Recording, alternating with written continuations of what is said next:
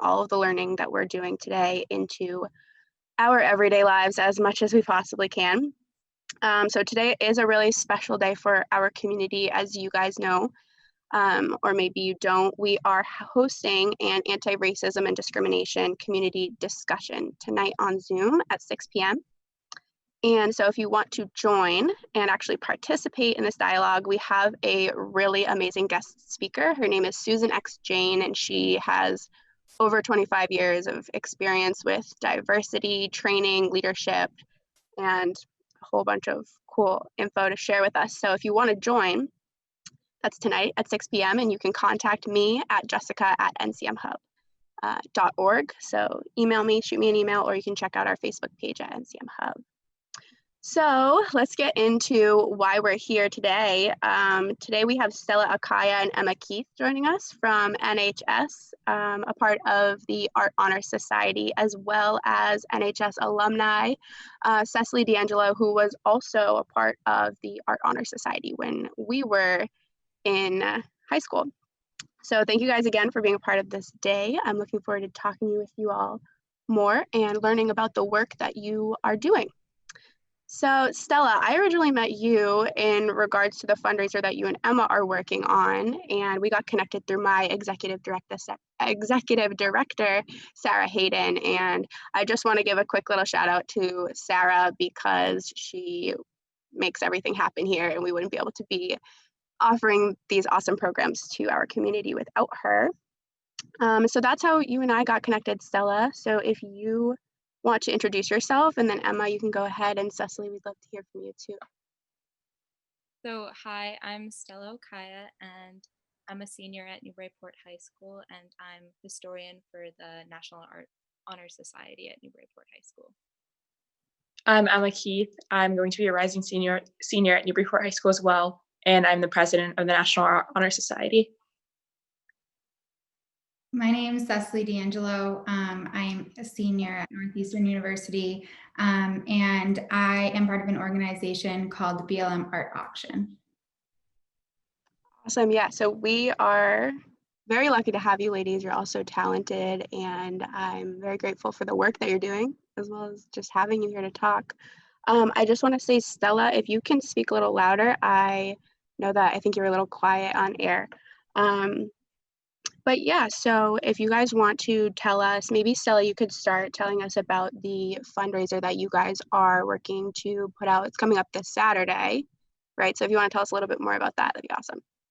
So the Art Honor Society and students from Poetry Soup are holding a art and poetry student fundraiser at Newburyport High School on the front lawn from 1 to 4, just for advocacy for social justice. And I first got involved because Emma actually reached out to us, and it was in June and in response to everything going on with the George Floyd protests. And if she wants to say anything about how that first started, because she actually reached out to us and then spoke to the art teachers. Yeah, Emma, do you want to hop in? Yeah, I can speak a little on behalf of that. So I know everyone's kind of familiar with what happened on the news. It's kind of hard to not see, because if it wasn't on the news, you saw it on social media. And there's a big movement with George Floyd, and it was kind of the thing where you see stuff and then you see people reposting about it, and then you feel bad about it, but you feel like there's also nothing that you can directly do. And then it happened again with Breonna Taylor, and then it gets hard to see this repetitiveness in the world, and then feel like you're so helpless to not do anything, where the only thing you feel like you can do is repost on your social media. And around that time, there was a lot of protests happening, but I couldn't attend any because someone in my immediate family had COVID. So I was just kind of stuck in my house, quarantining, feeling very helpless.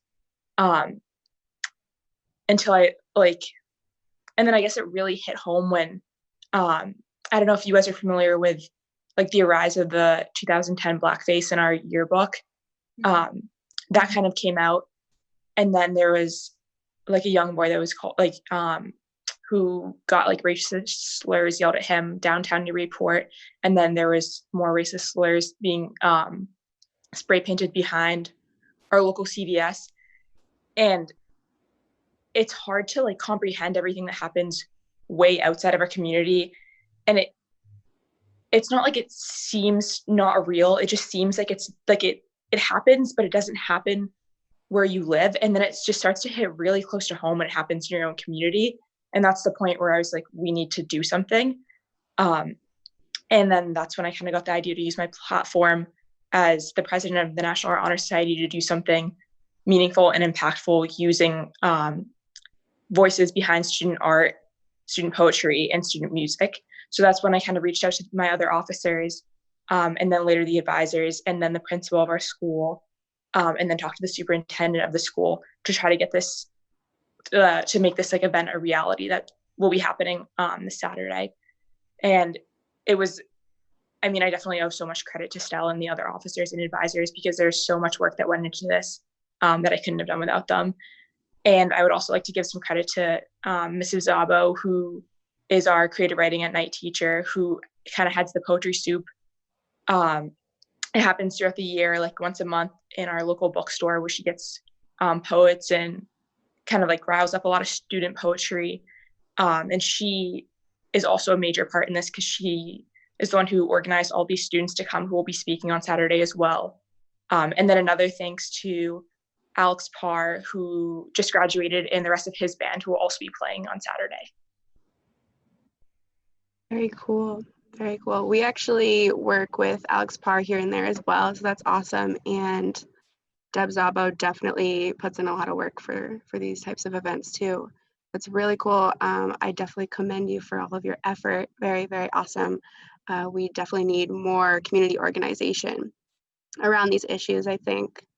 And a big part of like what you just said, it hits so close to home. And I think that we have that privilege of only sometimes experiencing it hitting so close to home, where other people who don't look like us and have our colored skin color are being faced with this in their every single day life. So I do think that there has been sort of like an awakening since these uprisings. And it's interesting to hear your perspective on media and how we've been using media to talk about these things, because as much as it can be like something that keeps us stuck, and like that's the only place that we can use advocacy, technology is also the reason that we're here today and that we're able to talk. So there's definitely a balance of being able to use the resources that we have to try to make a difference.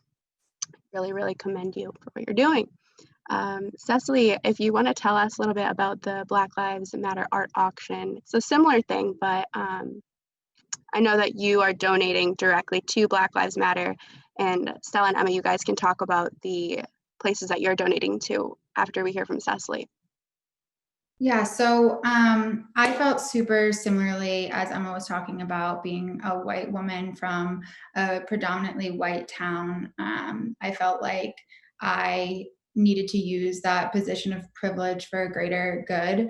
And what I really wanted to do was amplify Black voices. And what happened is I ended up connecting with this group of women from Massachusetts, from all over. And we all felt the same way, that we really wanted to make a difference and we wanted to do something that was tangible. So we wanted to actually raise money, and we wanted to do it consistently, and we wanted to donate it directly to Black communities. And so what we did is we created an Instagram account, and we tried to generate as much of a following as we could in the first couple of weeks. And then we asked artists from all over if they would donate their artwork.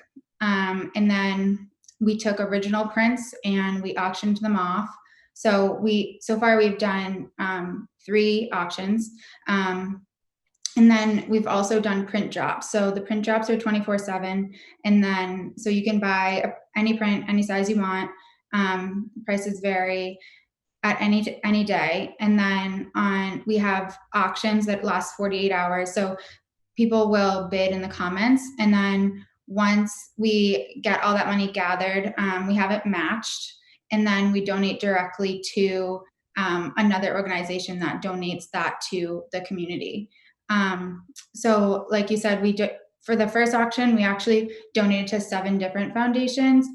Black Lives Matter Boston, the Loveland Foundation, which it is an organization that was started by Rachel Cargill. And what it does is, or what she does, I guess, is donates all the money that she has raised to help women and children of color gain access to therapy services.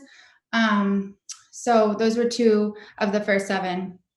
And then on our most recent auction, we actually decided to donate 100% of our profits to one organization so that we would have a greater impact. And so we donated 100% of our profits to Black Mamas Matter, which goes to alleviate any discrepancies between people of color in healthcare versus non-people of color. There's a great disparity there. And so we're excited about that. So we could donate that money and it would go directly towards women that are pregnant and laboring. So it's just a little bit about what we have done so far. Wow, those sound like really awesome causes, especially, I know are you working in the medical field right now? Not right now. So I am a nursing student, but I'm technically on co-op right now. But once I graduate, then yes, I will be like. Cool. Oh yeah. That's so cool. I love that cause. I think that that's a big issue that a lot of people probably don't know about either, that pregnant women who are in hospitals are often not taken seriously when they have like a brown color skin, which is heartbreaking. So I love that. I love those causes that you're donating to. And you've also done a lot of beautiful artwork. I just want to take a second to I have totally looked at like so many of your paintings and they're so beautiful. Totally up your alley. Like I just see you being so directly involved with this. Makes so much sense. Do you guys want to also talk about the foundations that you're donating to, Stella and Emma? Yeah, so since our event is like a one-day thing, we're actually donating to one organization, and that'll be the Thurgood Marshall College Fund, which is a nonprofit that provides scholarships and financial opportunities to Black students going into college and just throughout K-12 education. Yeah, it's like one of the largest and best known organizations that does that type of work and provides financial support for Black youth. So we're really excited to choose that one.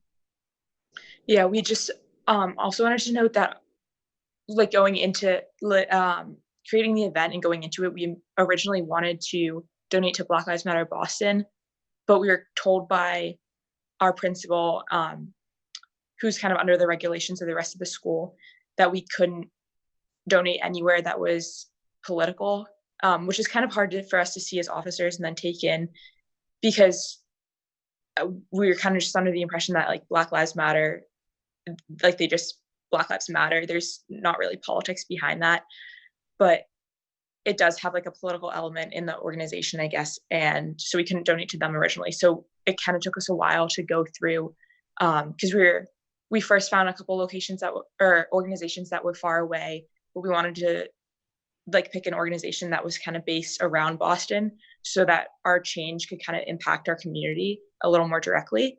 And then we kind of landed on the George Thurgood Marshall Foundation, because all the proceeds go to help students, and we felt that it would be most powerful from us as students helping other students.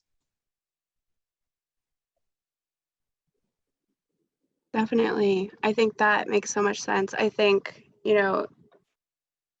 it's a shame that equality has been politicized, but I'm just glad to see that you guys aren't letting, any backlash that you've received hold you back in any way. Would you say that you've had backlash or any experience with, responses that you didn't expect, or any trouble at all with this process? Yeah, I would say I think getting involved with our school kind of, complicates our initial purpose to make this about Black Lives Matter, because the administration obviously has to consider what holding an event surrounded around racial justice, like what kind of message that sends out to the community. And like you said, it's unfortunate that it has to become politicized and or controversial, but it was definitely, there were a few roadblocks along the way, like when we made a poster design to use the ally fist, and that was sort of like triggered another conversation that I think for students, like for our officers, we didn't know that that was something that was gonna, possibly upset people or start a conversation about whether or not that's okay to put out there. And I think like I don't know if I could call it backlash necessarily, but sort of being cautious around the possibility of receiving backlash in the future.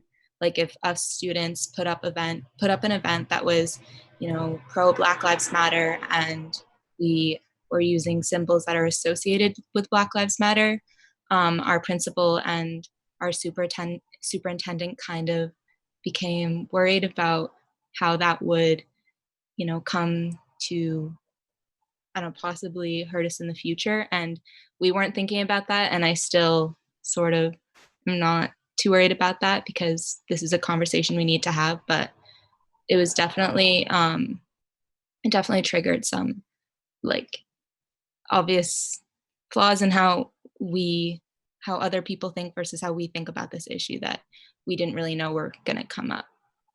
Yeah, also being in the school and being a part of like the Anti-Defamation League, our school even like employed, we had 2 Black women come in to talk about a lot of like social justice issues and race issues, and then just like inequality all around and like what we experience in our school and in our world.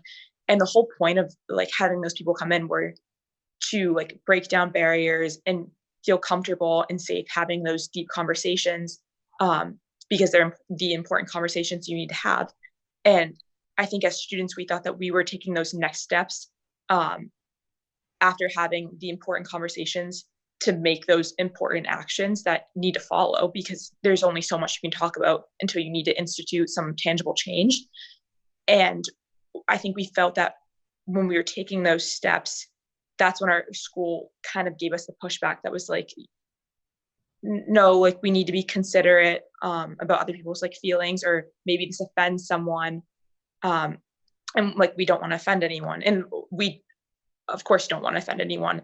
But I just think that if we're taking the time to break down those barriers, when we go to make the actions, we shouldn't have to tiptoe around what we think may be offensive to some people, which is, there's definitely a fine line there, and it's hard to navigate.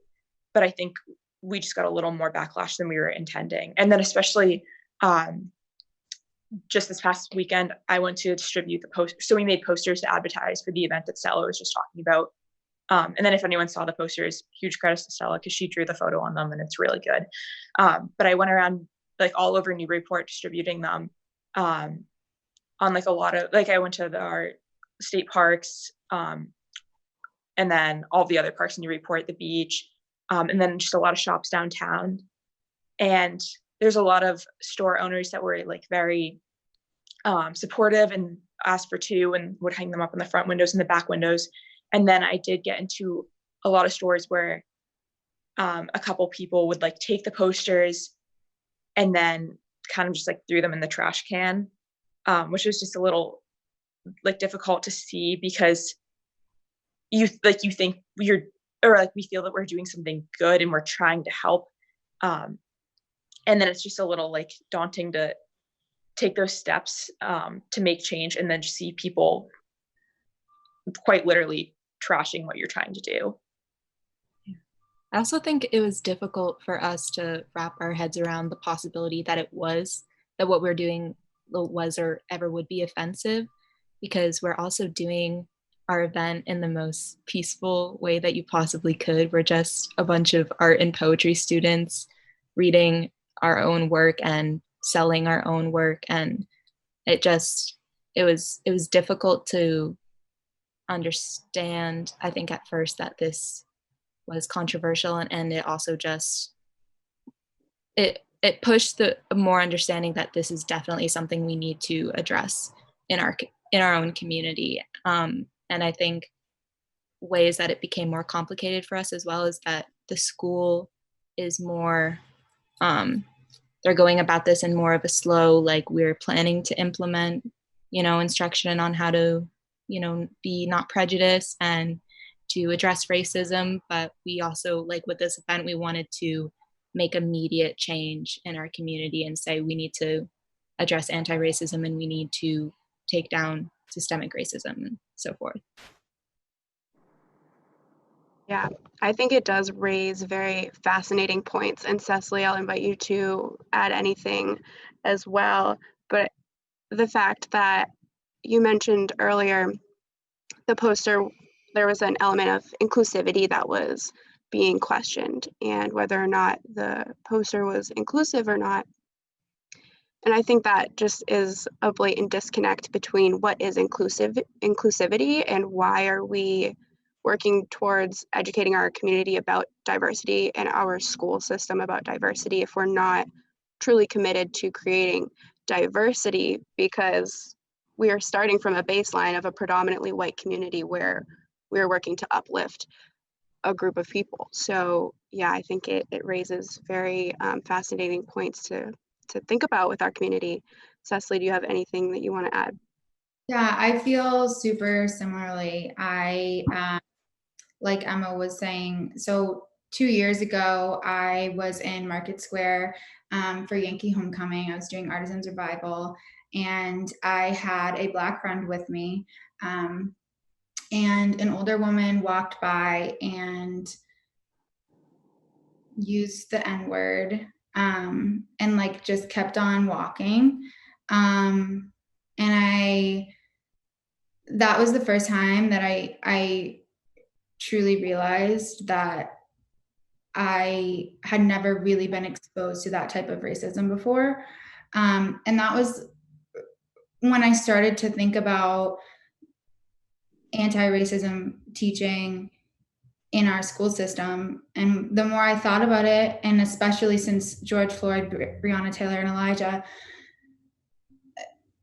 it has made me so conscious of the fact that it is my responsibility to learn about that anti-racism or anti-racism practices and how to be a better ally by reading and researching. And I wish that the school system would take responsibility for that racism, not take full responsibility, but at least make and implement changes for them to educate their students. Because I mean, I graduated high school, and I'm sure you guys feel similarly.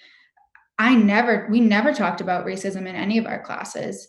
And for me to witness that not until years after, I think is a huge problem. And I think the earlier that the education system can take responsibility for implementing practices or forums or daily messaging, whatever it is, or even just like you guys are saying, like, there's no reason that you wanting to donate money to an organization that is solely helping people, there is no controversy around it. There should be no controversy around you donating money for a cause, no matter what the cause is.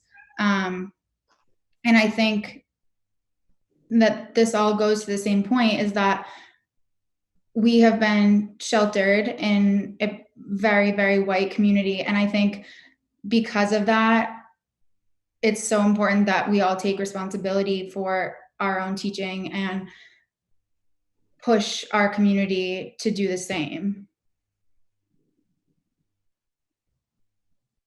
Absolutely. I could not have said that better. That is the entire goal of today. So I'm really glad we're having this conversation. And I hope that we can continue this, far beyond today.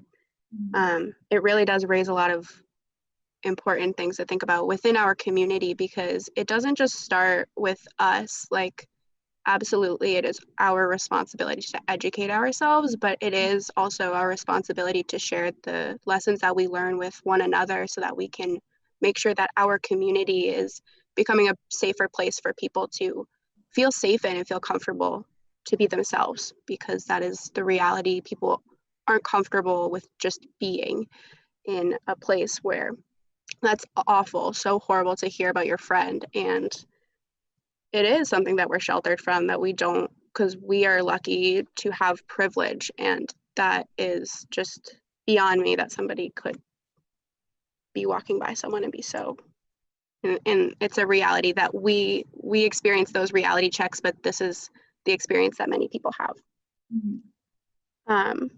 Yeah, so we can definitely get very deep into our feelings, and I'm sure we will continue to do so, but I would love to talk more about the work that you guys are doing with art. And I'm curious if you, so moving from that place of kind of experiencing some backlash and realizing that there are some issues, whether it's in our school system or in our community at large, there are many systems at play with racism, of course. I'm curious if, Cecily, you're welcome to also add anything, but working with the school system, is there anything that you're taking away from that that you might do differently when organizing a fundraiser like this, knowing that, you know, who you're donating to is being kind of limited? Or how would you move from that place and do something differently, if at all?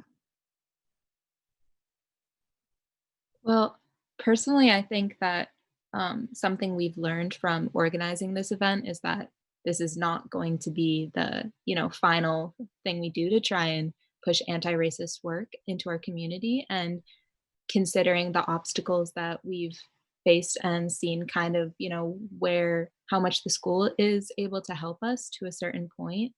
I think in the future, we're going to have to consider like making our opinions on this and our feelings on this more apparent. And I think also with COVID and like trying to figure out the logistics over Zoom, it kind of complicated how much we could, prioritize our emotional response to this. And like at the very bottom line, what we're trying to do is use our resources to help a cause, like to contribute to a cause that we really care about. And, it became more complicated, but like in some ways when you have like a scheduled Zoom meeting where you just have to get through certain like details about how you're going to pull off this event. And also we didn't have like all the opportunities to meet with our principal and superintendent as we would have liked. Like we would have possibly been able to voice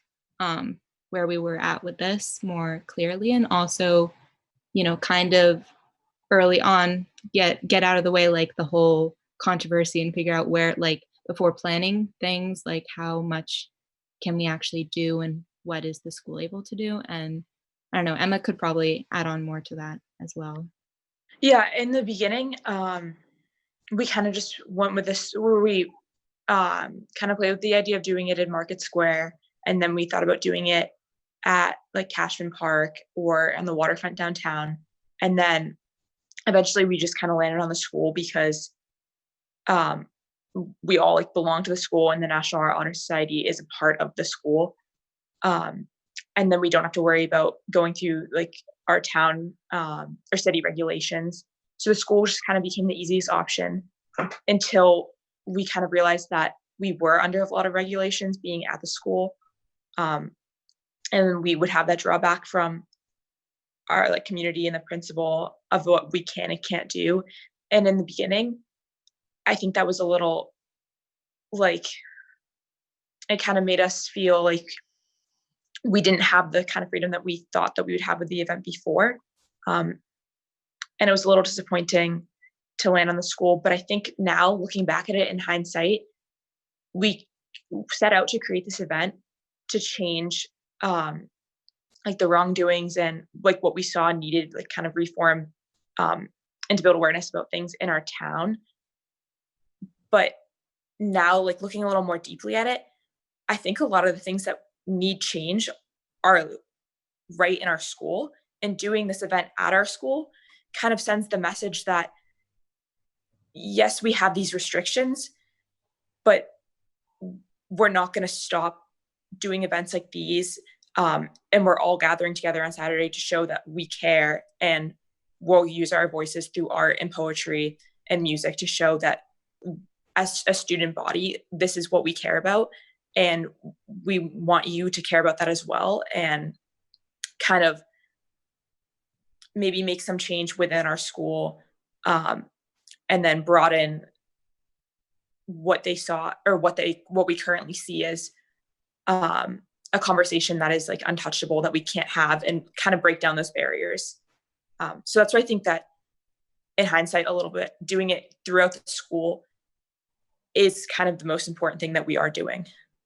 Yeah, actually, I really agree with Emma on that because, like, although having those restrictions felt like very annoying at first, and it still sort of is, I think it was important for us to have that because we can also sort of understand like what we need to fix in our community and what we need to fix in our school. And I think us being sort of exposed to that and having an understanding, like we can, go into the future, into our senior year as well, trying to just bring that mindset with us and do more and like write letters to Mr. Wolf or have more conversations with administration on how we can do better.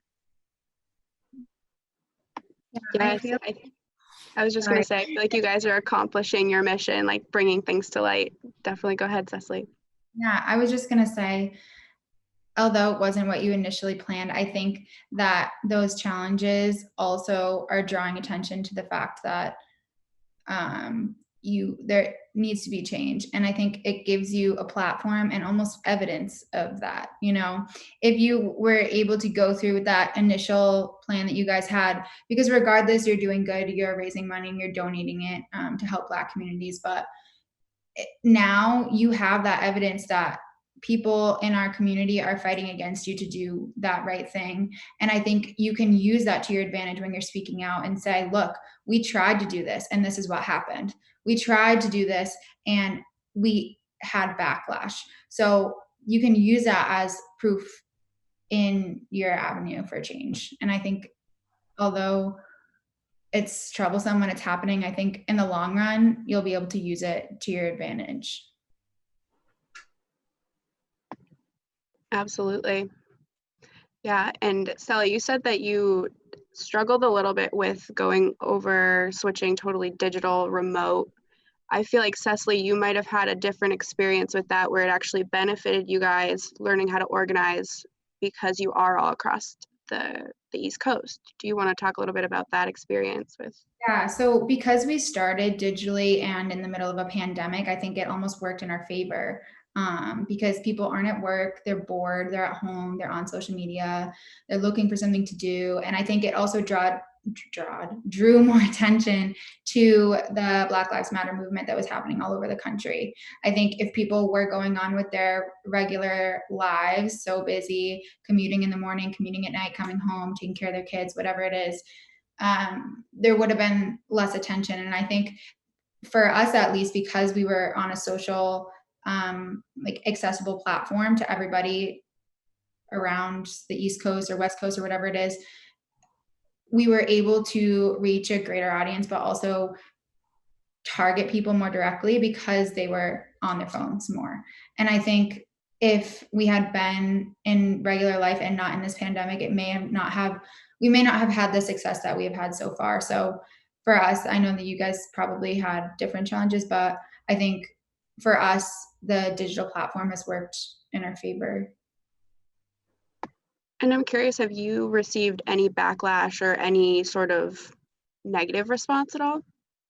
I think because we are a group of non-Black women, we are very open and welcoming to that criticism. I think we have not received like any explicit backlash.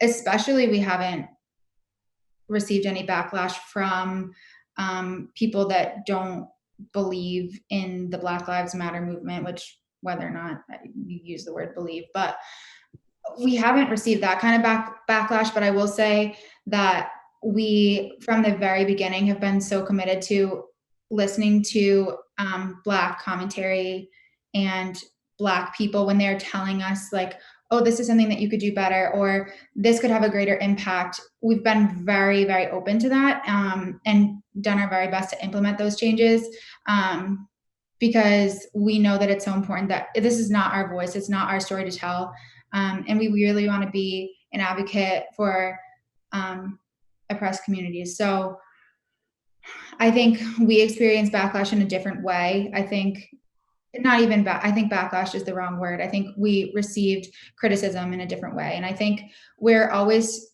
striving to have more diverse buyers, more diverse artists. And one way that we've implemented that change is by using our platform not only for the auctions and for donations, but also to build relationships with people in the Black community. So specifically artists. So artists that we found on Instagram or on Facebook or whatever it is, if we were really impressed with them or community work that they were doing, or they, whatever it is, we reached out and tried to form relationships with them, and then eventually shared their work if they gave us permission to do so. And I think using the platform in that sense is also so important. I think it goes beyond the actual like community work and more so just prioritizing that like we're all humans and we should be maintaining relationships with as diverse of communities as we can. And I think that criticism that we may have received has actually allowed us to increase our work in the community, whether it's donation based or not. Yeah, these are great points that you're bringing up. I know that you're also not accepting art. Are you not accepting art from people of color, or is it? No, we totally are accepting from people of color. It's just that we're not. So on a daily basis, we're reaching out to artists and we're saying, hey, we're doing this auction. This is what we are. This is what we do. This is our angle. We'd love to have you donate. But we're making a point not to directly message Black artists and ask them to donate. If they would like to donate, we are absolutely accepting of that. But we don't want to expect Black artists to give us their free labor. We're trying to acknowledge the fact that this is an incredibly difficult time, and we would never want them, especially when our goal is to raise money for people in the Black community or any people of color. We would never want them to sacrifice their work, especially if that's their income. We would never want them to sacrifice their work to give to another person when you think about it, our actual cause is to help this person or this community. So I think we love any and all donations.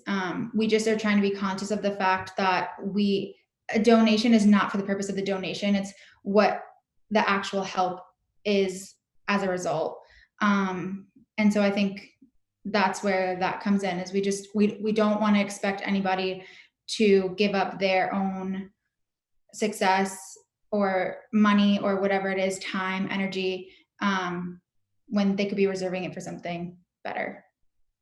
Totally. Yeah, I think that I phrased that probably inaccurately. Of course, you would accept art from people of color, but yes, definitely not, asking for free art when that's a great point. And I think that that's something that if someone was trying to emulate a similar fundraiser, that's a really key thing to think about, because it's not something that I would have thought about really until you mentioned it. Right. And I think it's also, it pushes white artists to take a stand. So by us reaching out to white artists, we're saying like, you have a responsibility. Of course, we want to support all artists, and we would never want them to give away work that is supporting them. But by us reaching out to them, it's acknowledging like, hey, you are a white person of privilege.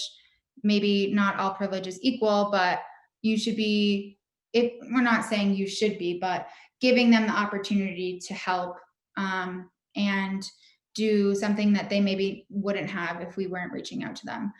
So I think it also, I don't know, I think it helps the whole purpose by having white artists donate as much as they can. Yeah, I agree completely. And I love what you're saying about being open to criticism. I think that that's not something that just you guys working with fundraising, it's like every individual needs to be open to criticism, specifically people who are just learning about anti-racism for the first time. As white people, we are vastly uneducated, and it is our responsibility to learn more. And the way that we learn is by listening to people and really, broadening our perspective. So it seems like you're doing a really great job with that. Thank you. Yeah, definitely. I think that in general, this is a learning experience for us all, and I think that we can all agree on that. So do you guys want to talk a little bit about how long will your fundraiser go, Cecily? Specifically, do you have an end date, or? Rather than being a fundraiser, we're looking at ourselves as an organization that will carry long term. When we started this, we all, as a group, acknowledged that racism is not something that's going to go away overnight. It's something that Black people and all people of color are going to battle for years and years and years to come, if not forever. So as long as we have art to donate, we'll be running auctions, the art that is being donated, we'll be running auctions. And because we have so many artists that are working with us, we've had repeat artists through several print jobs and auctions. So we're looking to do that as long as we possibly can based on the amount of art that we have. And if at some point we do run out of art or we stop, our donations slow down, we'll, I guess, shift our platform to doing other things. So whether it's promoting Black artists or sharing resources, whatever it is, we're going to continue to utilize our platform as much as we can. And because I think there's 6 of us total working in the organization, we're able to all share that responsibility. And I think it allows us to be more effective, because when one of us is having an off day or someone's working, because I think almost everyone has a full-time job also, we're able to shift those responsibilities. And we are always looking for people to join our team, but also we want to make sure that we carry this out as long as we can. And we don't want it to die down, even if the movement dies down. I know people are saying once your Instagram feeds go back to normal or whatever it is, we definitely want to avoid that as much as we can, and use the platform for good as long as we can and as long as it's important. Yeah, I think that a big part of this is acknowledging the fact that it's a marathon, it's not a sprint. So thinking long term is so important, and that's really exciting to hear that you guys are going to continue doing that and build out more of your organization. I'm really excited to see where that goes and where that takes you guys. Maybe Stella and Emma, maybe you can donate some art in the future if you're trying to think of ways to prolong your efforts as well. So your event, Stella and Emma, is on the 15th. It's on Saturday, right? And where can we find you? I know you mentioned it's at the high school. Where exactly? So it's going to take place on the front lawn of the high school. We're going to have art scattered. It'll all be kind of in a line on easels. Everything will be spaced 6 feet apart to keep social distancing. And then it'll reach a little up the walkway, and then we'll have a table there for purchase. And then if you're looking at the high school from the high street point of view, our entrance is going to be on the walkway so there's the 2 entrances that come around for the loop where you would drop off at the front. Both of those are going to be closed off, and then the entrance that walk-in availability will be held at is going to be the entrance that goes to the gym. So kind of that driveway space. And then there's going to be an entrance table right there for donations, and we'll give people information and regulate who's coming in so we can keep our numbers in check, because I believe we can only have 50 people at a time. And then parking is anywhere. I don't believe we can park on High Street because of construction that's happening, but any of the downtown streets in front of the high school are definitely open for parking.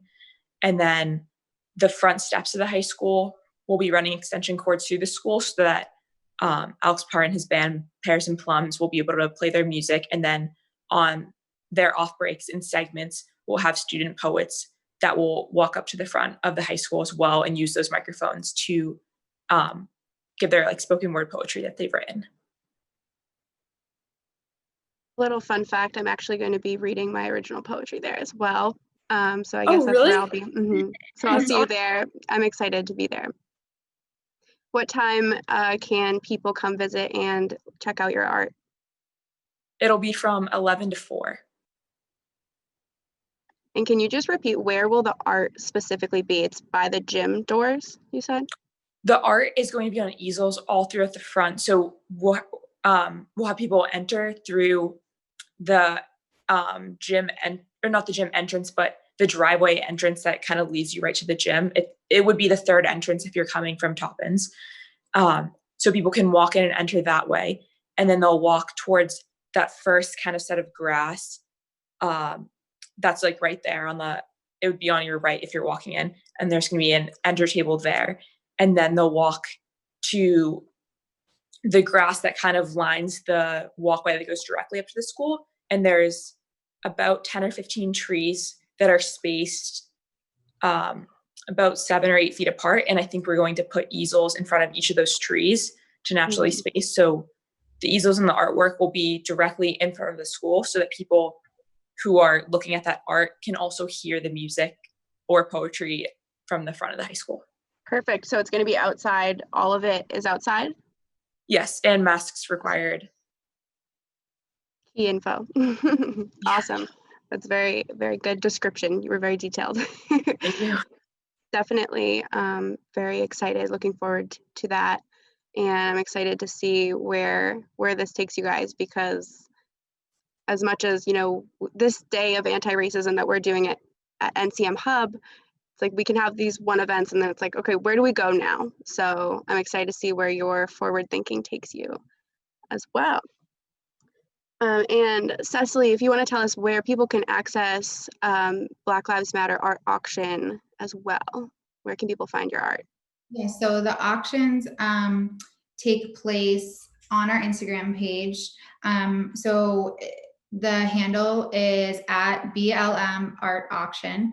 And to find information about the organizations that we're donating to, about the auctions themselves, and then dates, you want to pay attention to our stories.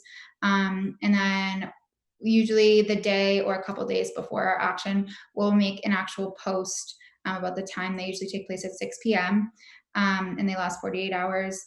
And then we also have a Facebook page, same thing, BLM Art Auction, where we post updates, and we also post sneak peeks on there. So yeah, that's where you find all that information and the art as well. Awesome. And you said that, so can you tell us a little about where are the artists from that are donating? I know they're all New England, right? So we actually have some from California as well. So pretty much all over the US, and I think one from DC as well. Yeah. So we're really trying to expand not only our artists, but our team as well. So that we can have a greater impact. But yeah, we have people from all over the country so far. We've had buyers in Florida. So yeah, we're really trying to reach all over as far as we can. Well, did it start, correct me if I'm wrong, but did it start with North Shore artists? Yeah, so one of our original founders reached out to me. She had the initial idea and actually made the Instagram account, and then reached out to me and asked me if I would donate, being a local artist. And then I agreed, and then decided to join her in that mission. And then we, at that point, really had no idea what we were doing. We didn't have a plan. And so once we got this big group together, I think in the beginning there were like 12 or 13 of us. But as we got more serious, some people were unable to keep up with it because we had no idea that it was going to be so successful and that we were going to be able to raise so much money. And so Yeah, it did start like really local, but the more money that we've made and the more we've been able to match our donations, I think we've had a greater impact, and so we've been able to stretch further across the country, which is really great. That's incredible. I'm so glad that you are having so much success. Yeah. And that's really cool that you're surprising yourself. You didn't even realize how successful it would be. That's so cool. It's been a really nice surprise to be able to know that we're actually able to raise money, especially as being an artist. Going into it, I knew how hard it is to sell art, you know. So I think what has helped so much is that we've had such a diverse portfolio of art, I guess. We've had so many different types, and we've had digital prints, we've had oil paintings, we've had collages, we've had all types. So I think it appeals to a greater group of people. Whereas when you have one artist like myself, it's harder to sell that one type of art and generate money that way. So it's worked really well for everybody, and I think it's also given exposure to artists and connected them, because the artists ship directly to the buyer. So it also helps generate relationships between artists and also customers. So we've really been able to reach all facets of the business, I guess. So it's been really good. Very cool. Have you ever done anything like this before with a fundraiser with art? No, so not really. But when I was in the Art Honor Society at NHS, we did silent auctions and stuff like that at the Newburyport Art Association, but nothing really big on like community work or anything like that. Awesome. Very cool. And what about you, Stella and Emma? Have you guys done anything like this before? Not really. We have had like the art auctions at the Newburyport Art Association, but other than that, I haven't really ever done an event like this. Yeah, I've never like kind of led or planned an event like this. But I have like helped out with the, like Stella was saying, the Newburyport Art Association auctions before. Awesome. Well, I'm so glad to see, you guys succeeding and taking action. I'm very thankful that you've been a part of our day of anti-racism. I invite you guys to all join our conversation tonight. To anyone listening as well, I just want to remind you tonight at 6 p.m. we are hosting a community discussion about anti-racism and discrimination. We have an awesome guest speaker named Susan X. Jane, and she is going to be helping us dive deeper into talking about our community. I think that we did cover a lot in terms of, we've only graced the surface, but we've also got to talk a lot more about our community and some of the issues and the things that we can definitely work on as community members here in Newburyport. I'm going to open up just for you guys to share any last words if you want to speak on how you're feeling about this discussion or about our community, or how you're feeling about moving forward. Anyone can hop on and say your last parting words. I just want to say thank you for having us. It's been a good conversation. I think it's a really great start to open up that dialogue in our community. Yeah, I agree with what Cecily said. Thank you so much for having us. I think this is great. And I hope both your organization and our fundraiser, hopefully this got a lot of like people kind of like know, get a lot of like views and eyes so that people know what's happening, and then kind of riles up our own community to want to help institute change and support what we're currently doing.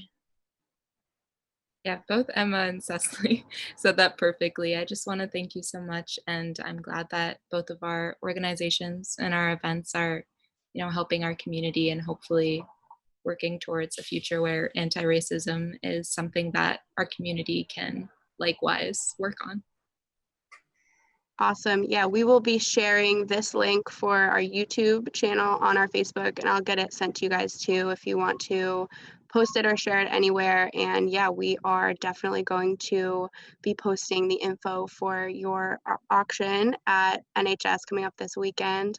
Emma, you said you have an interview with the Daily News, so we are going to hop off a little bit early, but hopefully we can get some people from the school administration to join our conversation tonight, and we can continue this important dialogue.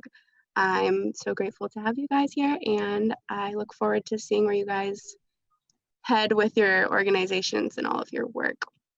Thank you, guys. Thank you Thank so you. much. Thanks for everyone who is watching. And just a reminder again, if you want to join our community conversation tonight, 6 p.m. on Zoom, you can also watch it live on our YouTube or on Comcast Channel 9. Thanks, everyone.